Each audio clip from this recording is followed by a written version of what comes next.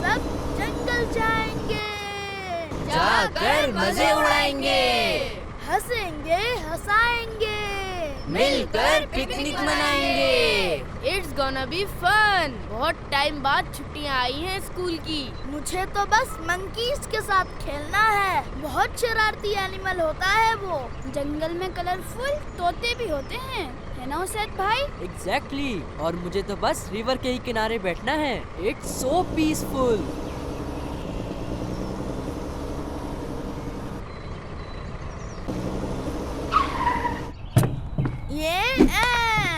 कैसी लगी मेरी एंट्री? एकदम डैशिंग बबलू भाई। बच्चों स्टे टुगेदर और बगैर बताए कहीं मत जाइएगा। कहाँ है मंकीज? हैं? यहाँ तो एक भी मंकी नहीं है। और अब तक मुझे भी कोई तोता नजर नहीं आया। और ये उसैद भाई कहाँ गए? यही आसपास कोई रिवर ढूंढ रहे हैं। बच्चों आप लोग यहाँ एंजॉय करें, मैं खाना रेडी करता हूँ। हम तो कुछ और ही सोच कर आए थे। हाँ भाई, ये तो बहुत ही बोरिंग पिकनिक चल रही है। गुलाम रसूल भाई, आप कोई अच्छा सा वाकया सुनाए ना। हाँ, कोई इंटरेस्टिंग सी स्टोरी। चलें फिर मैं आपको एक सच्ची कहानी सुनाता हूँ। बहुत जमाने पहले की बात है। शदीद सर्दी वाली रात थी। इंसान तो इंसान, जानवर भी अपने अपने घरों में सर्दी से बचने के लिए दुबके हुए थे। I feel cold.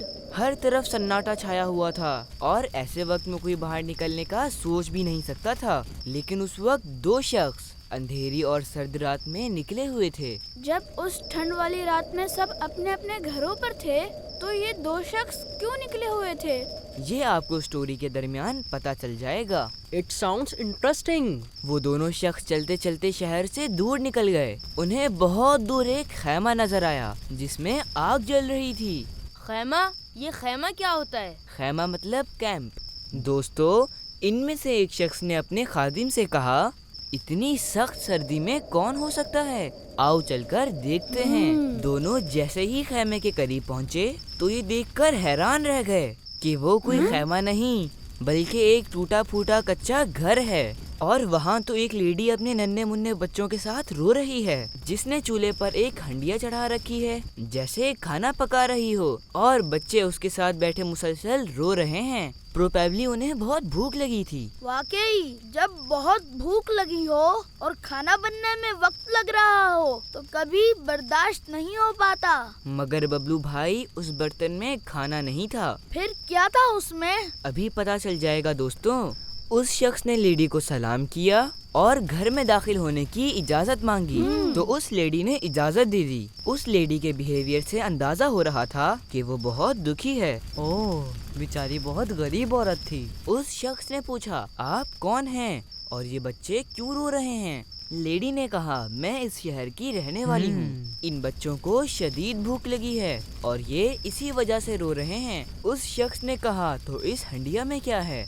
लेडी ने कहा, इसमें तो सिर्फ पानी है। मैंने बच्चों का दिल बहलाने के लिए इसे आग पर चढ़ा रखा है ताकि खाना पकने के इंतजार में बच्चे सो जाएं। So sad। मतलब बच्चे ये समझ रहे थे कि खाना पक रहा है जबकि उसमें सिर्फ पानी था। ये तो बहुत सैड स्टोरी है। फिर उस सैड लेडी ने कहा, मैं एक गरीब औरत हूँ, मेरे पास इतने पैसे नहीं हैं कि अपने बच्चों को खाना खिला सकूँ, बस इनका दिल बहला रही हूँ। लेकिन जो शख्स हमारा खलीफा है उससे हमारी कोई खबर नहीं, उसे चाहिए कि वो हमारा ख्याल रखे। खैर कोई बात नहीं, हमारा वक्त तो जैसे तैसे गुजर ही जाएगा, लेकिन कयामत के दिन हाकिम और हमारे दरमियान अल्लाह पाक फैसला फरमाएगा। गुलाम रसूल भाई, आपकी आंखों में आंसू हैं। दोस्तों, उस शख्स ने जब उस सैड लेडी की बात सुनी तो आंखों में आंसू आ गए। उन्होंने कहा, ऐ बीबी, अल्लाह तुम पर रहम फरमाए, लेकिन खलीफा को क्या मालूम कि तुम यहाँ इस हाल में हो? उस लेडी ने कहा, वो हमारा हाकिम है और हमसे बेखबर है। उसे मालूम ही नहीं कि हम किस हाल में हैं। ये बात तो है कि बादशाह को इनके बारे में पता होना चाहिए था। वो शख्स इस सैड लेडी की बातें सुनकर उसके घर से बाहर आ गया और अपने खादिम से कहा, मेरे साथ जल्दी चलो। फिर दोनों एक अनाज के गोदाम पहुँचे خادم نے دروازہ کھولا۔ اس شخص نے جلدی سے ایک بوری آٹا، کھجوریں، کچھ رقم اور کھانا پکانے کا سامان لیا اور اپنے خادم سے کہا انہیں میری پیٹھ پر لاد دو۔ خادم نے کہا میں اسے اپنی پیٹھ پر لاد کر لیڈی تک پہنچا دوں گا۔ اس شخص نے کہا کیا قیامت کے دن بھی تم میرا بوجھ اٹھاؤ گے؟ خادم یہ سن کر خاموش ہو گیا اور سارا سامان آقا کی پیٹھ پر ڈال دیا۔ دونوں ایک بار پھر اس سیڈ لیڈی کے گھر گئے۔ واٹ اے گریٹ مین، حاکم بھی اسے ہی ہونا چاہیے تھا۔ لیڈی ان دونوں کو سامان کے ساتھ دیکھ کر حیران رہ گئی۔ آقا نے وہ سارا سامان اتارا اور اپنے ہاتھ سے کھانا تیار کیا اور پھر اپنے ہاتھوں سے بچوں کو کھانا کھلایا۔ جب بچوں کا پیٹ بھر گیا تو بچے خوش ہو گئے۔ پھر آقا نے بچوں کے ساتھ کھیلنا شروع کر دیا۔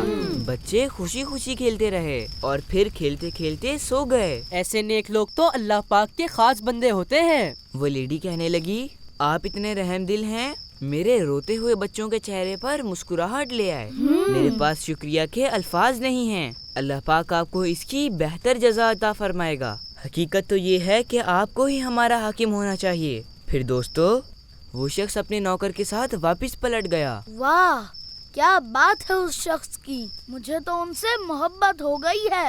مگر یہ تھے کون؟ یہ اسلام کے دوسرے خلیفہ امیر المؤمنین حضرت عمر فاروق اعظم رضی اللہ عنہ تھے۔ سبحان اللہ۔ ریئلی؟ اس اندھیری سرد رات میں اپنی پہچان کرائے بغیر مدد کرنے والے حضرت عمر فاروق رضی اللہ عنہ تھے۔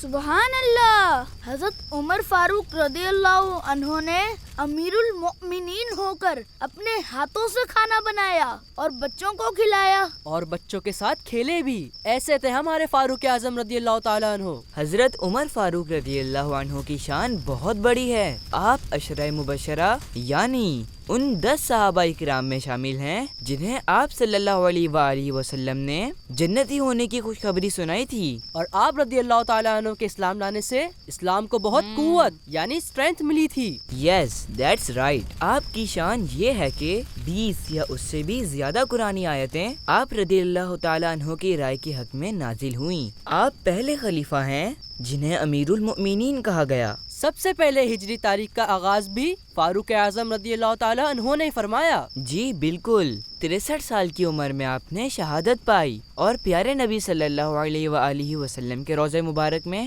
آپ کی قبر مبارک ہے۔ پہلی محرم شریف کو آپ کا دن منایا جاتا ہے۔ جزاک اللہ خیر غلام رسول بھائی، کہانی بہت ہی انٹرسٹنگ تھی۔